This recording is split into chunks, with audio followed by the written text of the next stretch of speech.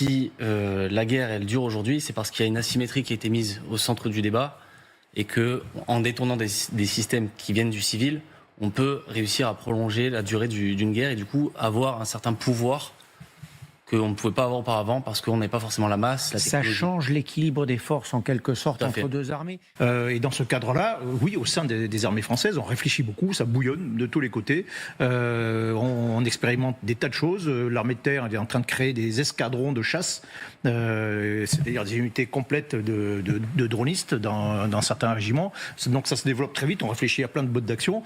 Voilà, maintenant, le seul problème que l'on a, c'est un problème industriel et financier, c'est-à-dire qu'il faut. Oui, mais c'est pas très cher. Est-ce que c'est difficile à fabriquer un drone comme ça? Et il en faut des masses. Pas du tout. C'est pas du tout difficile. Et justement, je rebondis sur votre propos, mon colonel.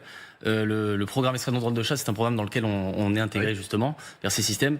Et effectivement, le réel constat, c'est de se dire qu'aujourd'hui, nos armées n'ont pas forcément les moyens ou les ressources ou des personnes. Expliquez-moi, pardon, je vais être très simple. Il faut des usines, il faut monter des. Vous fabriquez ça comment? Il y a des imprimantes, je veux dire des bêtises. Non, tout à fait. Des imprimantes 3D, des composants et surtout du savoir-faire. Aujourd'hui, la réelle question, elle est basée dans la compétence. Vous pouvez fabriquer des drones avec des imprimantes 3D. Tout à fait. N'importe où.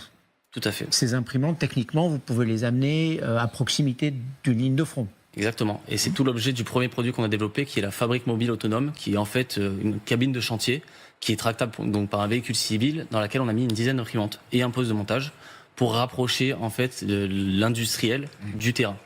En Ukraine, ce sont les unités directement sur le front qui sont en contact avec les industriels, qui les payent, etc. C'est ça, ils testent tout de suite les équipements, donc il y a des boucles extrêmement courtes qui sont faites de financement et d'emploi. Et puis il y a deux chantiers, il y a effectivement construire davantage de drones en France et aussi développer les systèmes de protection contre les drones, notamment les systèmes de brouillage. Et ça, c'est des entreprises françaises comme Thales ou CS Group qui sont sur ce chantier-là. Et en sachant ces systèmes, si je peux me permettre, mais on développe également des systèmes d'interception dédiés aux drones Shahed sur le même principe du low cost. Parce qu'aujourd'hui, lorsqu'on fait forcément un système d'attaque, il faut aussi savoir comment l'intercepter. Et aujourd'hui, nous, on a développé par exemple le système Sagitta, pour quelques milliers d'euros, qui envoie en fait une roquette guidée avec de l'intelligence artificielle dedans, mais des briques technologiques simples, pour pouvoir aller intercepter ce type de drone. La guerre, plus efficace et moins cher, je ne sais pas si c'est une bonne nouvelle, mais c'est une réalité, c'est pour ça qu'on en parle. Michel Goya, Samantha de Bendern, Guillaume Roquet, Xavier Giacomoni et vous, Julien Faro, merci beaucoup d'être venu partir.